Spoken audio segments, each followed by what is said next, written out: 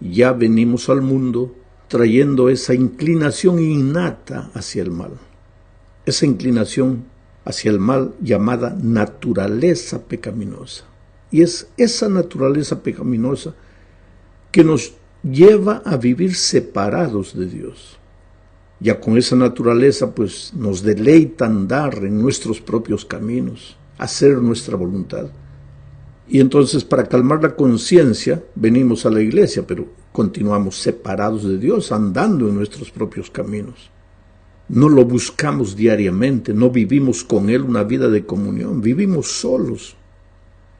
Seguimos nuestras preferencias, hacemos nuestra voluntad, pero por el hecho de que estamos en la iglesia y participamos de sus actividades, creemos que somos buenos cristianos. Pero cristianismo no es una simple filiación a un grupo religioso, sino una experiencia diaria de comunión y compañerismo con Jesús. Cualquier otro tipo de cristianismo no es honesto. Es justamente de ese ser honestos con Dios que vamos a hablar esta semana. No es misterio para nadie que vivimos en un mundo lleno de corrupción, de deshonestidad. Desde las personas con mayores responsabilidades en el gobierno hasta el ciudadano simple y común, la corrupción, que tiene su origen en la deshonestidad, se propaga como un virus insaciable.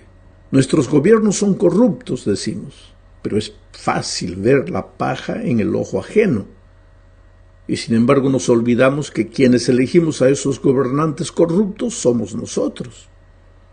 Y que en el fondo también somos deshonestos, solo que no nos atrevemos a aceptarlo.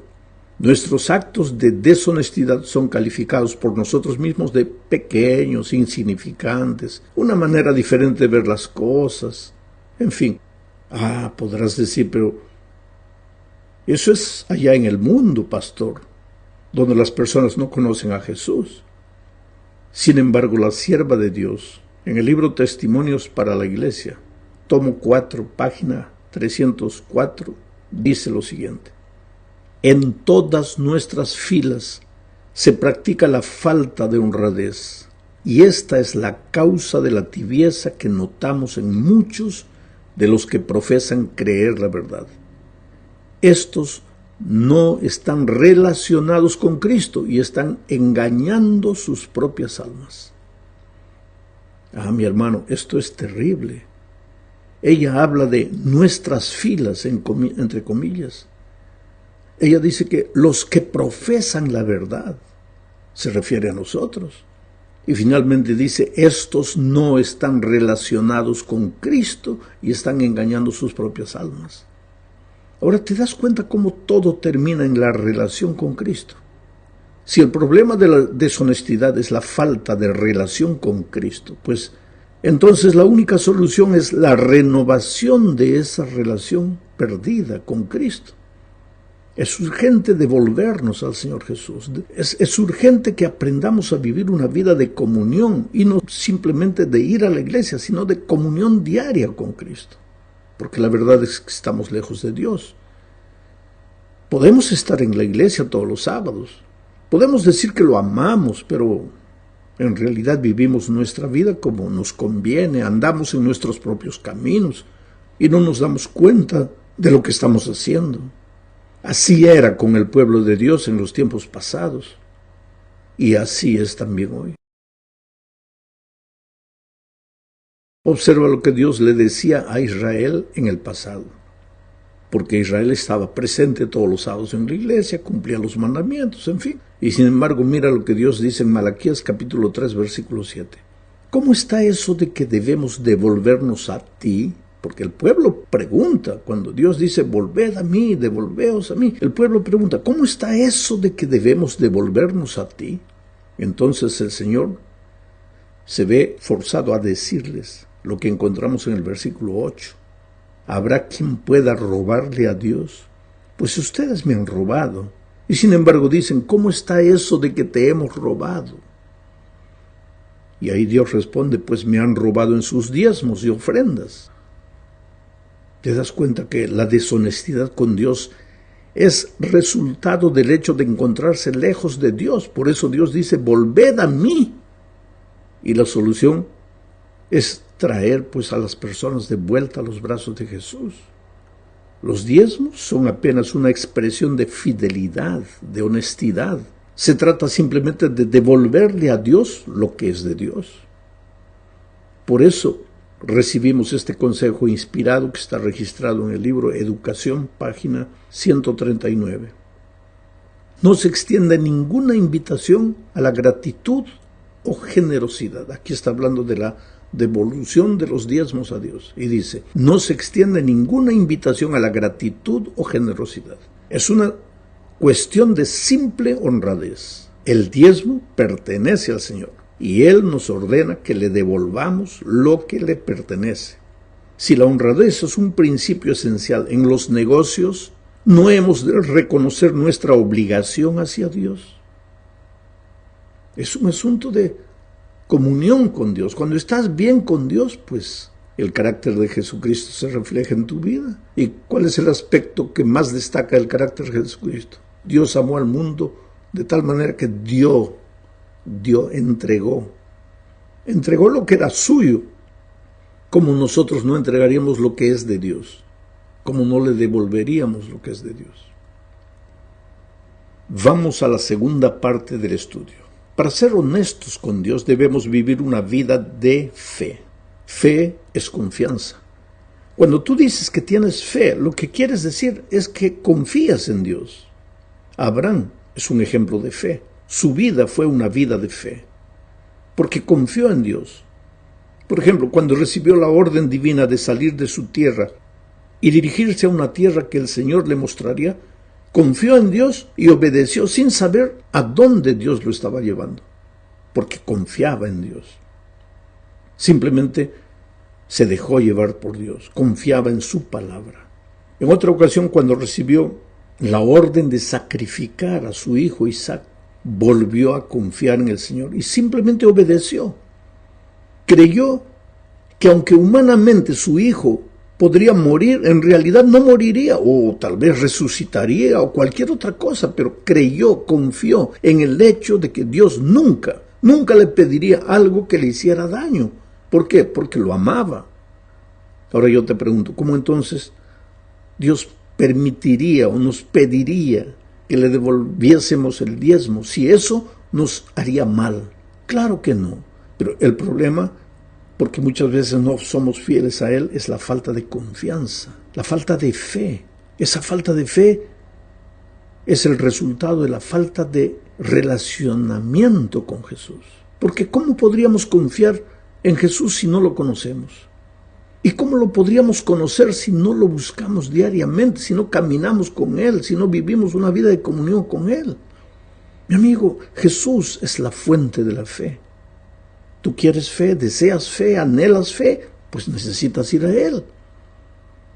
Hebreos capítulo 12, versículo 2 dice, fijemos la mirada en Jesús, el autor y consumador de la fe, quien por el gozo que le esperaba sufrió la cruz y menospreció el oprobio y se sentó a la derecha del trono de Dios.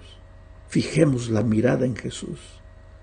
Ahí puede venir oprobio, puede venir dolor, puede venir cruz, pero nosotros sabemos en quién hemos confiado. Sí, fijamos la mirada en Jesús. Vamos a la tercera parte. En el versículo que acabamos de leer, de Hebreos, Jesús es el autor y el consumador de la fe. O sea, la fe no es un producto humano, no la fabricamos nosotros. Nuestra parte es mirar al autor y consumador de la fe. Pero ese mirar no es una actitud romántica ni teórica, es una actitud práctica. Es buscarlo todos los días a través de la oración, del estudio de la Biblia y del buscar a otra persona para Cristo. El resultado de esa vida de comunión práctica con Jesús es la fe. Y solo personas de fe serán capaces de ser honestas con Dios y devolverle a Dios el diezmo sagrado, creyendo que 90 bendecidos que le quedan en la mano valdrán más que 100 que no cuentan con la bendición de Dios. El otro día alguien me dijo: pastor, Jesús dijo que la justicia y el amor son más importantes que el diezmo. Yo no sé por qué ustedes hablan tanto del diezmo. Jesús dijo eso. Entonces, vamos a leer lo que en realidad dijo Jesús. Está registrado en Lucas capítulo 11, versículo 42. Dice: ay de ustedes, fariseos, que dan el diezmo de la menta y de la ruda y de toda clase de hortalizas, pero pasan por alto la justicia y el amor de Dios. Esto es necesario que lo hagan. ¿Qué cosa es necesario que lo hagan? Que devuelvan el diezmo, sin dejar de hacer aquello. Es decir, la justicia y la misericordia son necesarios en la vida cristiana, pero también la devolución del diezmo es necesaria. Una cosa y otra son importantes. Pensemos en lo que Jesús está diciendo aquí. Él no está diciendo que no hay que devolver el diezmo, hay que simplemente ser justo y misericordioso. No. Él está diciendo: sé justo y misericordioso, pero también devuelve el diezmo. Ahora, no pienses que porque devuelves el diezmo, la justicia y la misericordia ya no son importantes. Y el problema del pueblo judío era ese. Diezmaban hasta la menta y el comino, pero no eran justos, no eran misericordiosos. Por otro lado, hay gente que dice: no, pero ya en el Nuevo Testamento no se menciona el diezmo es un asunto del Antiguo Testamento. Pero aquí Jesucristo mismo no está diciendo que es necesario devolver el diezmo. Ahora, ¿por qué le iba a dar tanto énfasis al diezmo en el Nuevo Testamento si ya el tema era claro, completamente claro y específico en el Antiguo Testamento? Es como el asunto del sábado. Jesús en el Nuevo Testamento no tenía que dar todas las instrucciones con relación al sábado, porque ya habían sido dadas en el Antiguo Testamento. Él solo tendría que explicar si esto hubiera dejado de valer, si esto hubiera pasado, si esto hubiera cambiado, pero si no, no. ¿Por qué? Ya venía la enseñanza desde el Antiguo Testamento. De todas maneras, en el Nuevo Testamento el tema también es claro. Hablemos ahora del diezmo honesto. Esta es la cuarta parte del estudio. Para esto, leamos lo que dice Levítico capítulo 27, versículo 30. El diezmo de la tierra es del Señor, lo mismo de la simiente de la tierra como del fruto de los árboles. Se trata de una ofrenda consagrada al Señor. Hay dos expresiones que voy a destacar en este texto. Primero, el diezmo es del Señor. Y el segundo concepto, el diezmo es consagrado al Señor. Pues si es del Señor, no es mío. Y eso quiere decir que yo no lo puedo usar como yo crea que sea conveniente. Yo puedo usar lo que es mío según mi criterio, pero no puedo hacer lo mismo con lo que le pertenece a otra persona, mucho menos si esa persona es Dios. El diezmo es consagrado a Él y deberá ser usado como Él cree conveniente. Mi opinión desaparece en este aspecto. Nadie, excepto Dios, tiene derecho a él. El diezmo nunca es parte de la propiedad de una persona. Nosotros no lo santificamos, lo hizo Dios. Es su derecho. Como mayordomos simplemente le devolvemos lo que es suyo. El diezmo está dedicado a Dios para una tarea específica. Retenerlo para cualquier otro uso es deshonesto. Administrarlo a mi criterio es deshonesto, porque es algo que no me pertenece, le pertenece a Dios. Pero aquí surge un problema. Está bien, tengo que devolverle el diezmo a Dios, a Él le pertenece. Pero ¿a quién se lo doy? Si no se lo puedo dar a Dios directamente. Pues Dios dejó en su palabra la instrucción: traed los diezmos al alfolí. El alfolí es su iglesia. Pero la iglesia no está formada por hombres. Sí, pero en este punto necesitamos recordar el incidente de cuando Abraham le devolvió el diezmo a Melquisedec. ¿Quién era Melquisedec? Leamos lo que dice Hebreos capítulo 7, versículos 2 y 3. Entonces Abraham le dio los diezmos de todo. Melquisedec significa, en primer lugar, rey de justicia. ¿Quién es el rey de justicia? Solo puede ser Jesús. y también rey de Salem, que significa rey de paz. ¿Quién es ese rey de justicia, rey de paz? Solo puede ser Jesús. Y sigue diciendo el texto, nada se sabe de su padre, ni de su madre, ni de sus antepasados, ni si tuvo principio ni fin. ¿Quién es este ser eterno que no tiene ni principio ni fin? Solo puede ser Jesús. Pero, dice el texto, a semejanza del Hijo de Dios, permanece como sacerdote eterno. Pues, Melquisedec es un símbolo del Señor Jesucristo.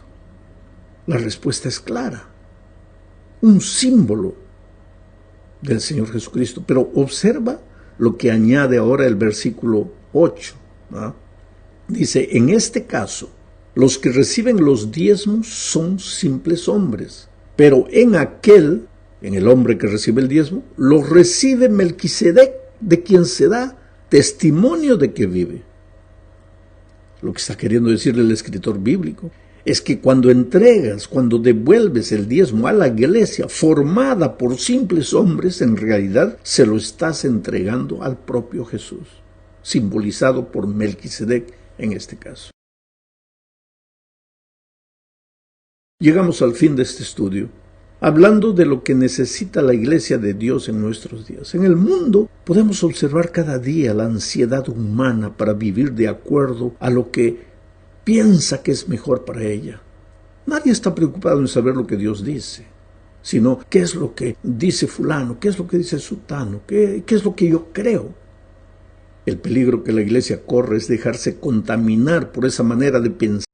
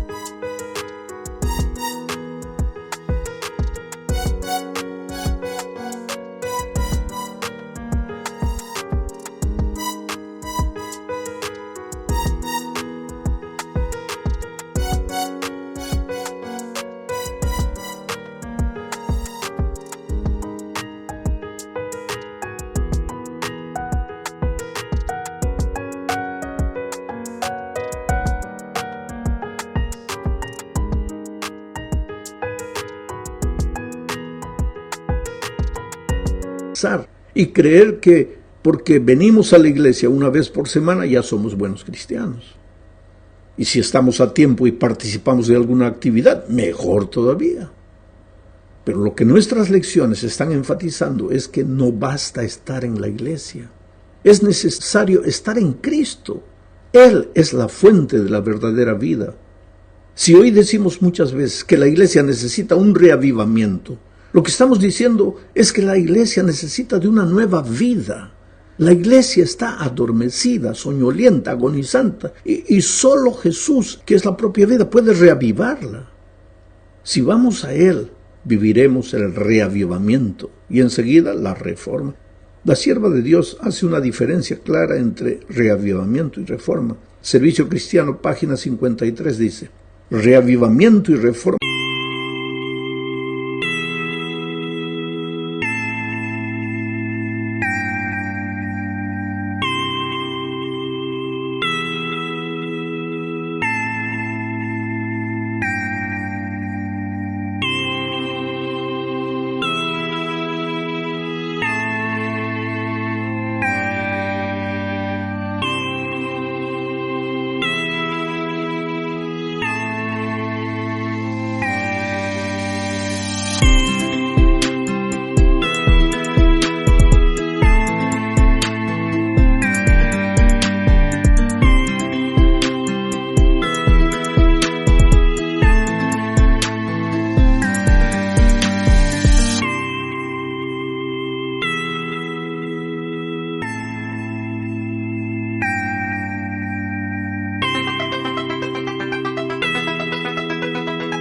Son dos cosas diferentes. El reavivamiento significa una renovación de la vida espiritual, una vivificación de las facultades de la mente y del corazón, una resurrección de la muerte espiritual.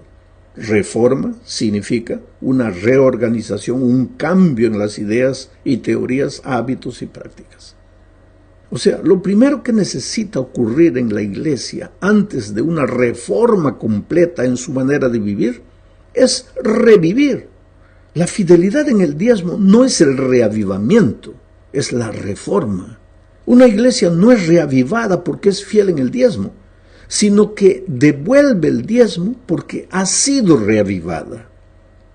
Pero nadie tampoco puede decir jamás que el reavivamiento está llegando cuando no existe fidelidad en devolverle a Dios